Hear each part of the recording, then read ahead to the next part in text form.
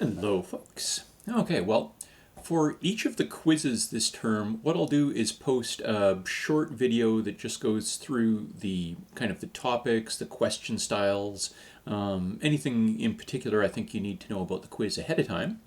The first quiz of the year is just a practice quiz, so here's my practice video. So let's see what we can do here.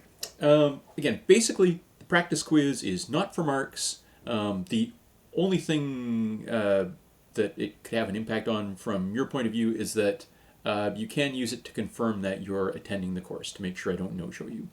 So, like all of the quizzes, it's going to be available from 7 a.m. to 7 p.m. on its scheduled day, so January 7th for this one. So you can take it anywhere in that time frame. You've got 50 minutes to do it. I think it has to be completed by 7 p.m., so make sure you start by 6:10 p.m. So once you start, you've got 50 minutes to do it.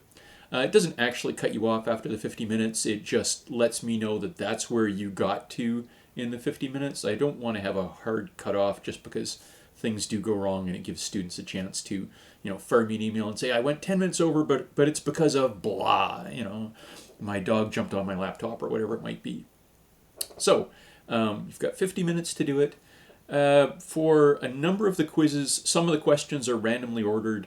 And for some of the questions, there's multiple different versions of the question, and so you'll just get a random variation. So there is some variation there. Again, for the most part, the questions are pretty darn near equivalent to my best capabilities.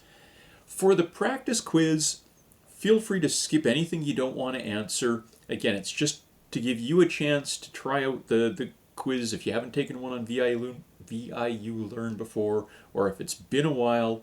Gives you a chance to practice with it. Gives me a chance to practice again with the quiz software. So, log in, head to VIU Learn, D2L, log in, go to CSCI 330. You should see the quizzes section. You should see the practice quiz visible in the 7 a.m. to 7 p.m. time frame. Let's see. Question styles, for this one, it doesn't matter too much. For most of them, they're generally short answer or multiple choice or multiple select or longer written answers. This one is all pretty much short answer type stuff.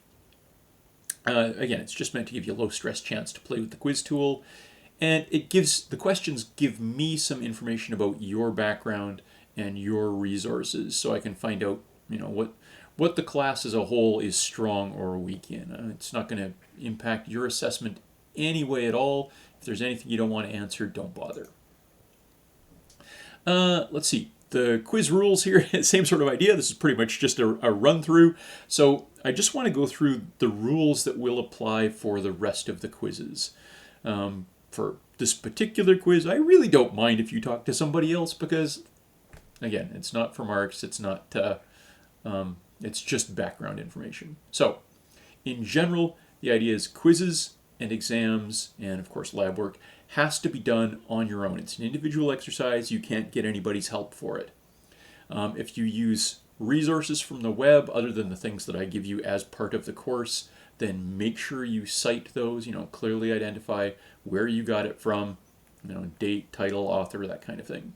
So, what else do we have?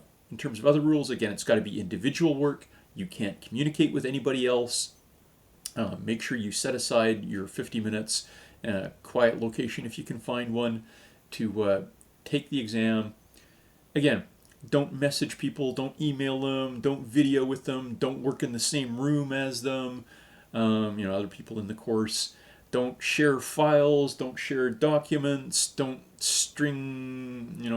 talk to each other through tin cans stringed together, whatever it might be. Don't communicate with anybody else as part of the exam. Again, I'm assuming that's pretty obvious, but just so we've got it stated up front. There are a bunch of links if you need help getting started with anything.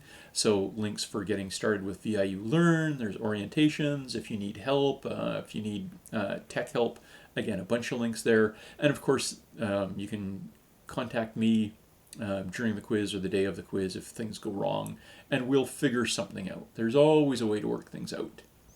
So, take the quiz when you get the chance. Again, I recommend doing it just to make sure you've got access to VIU Learn and the quiz tools work the way you think and all that kind of thing. I think that's pretty much it. I will leave it there.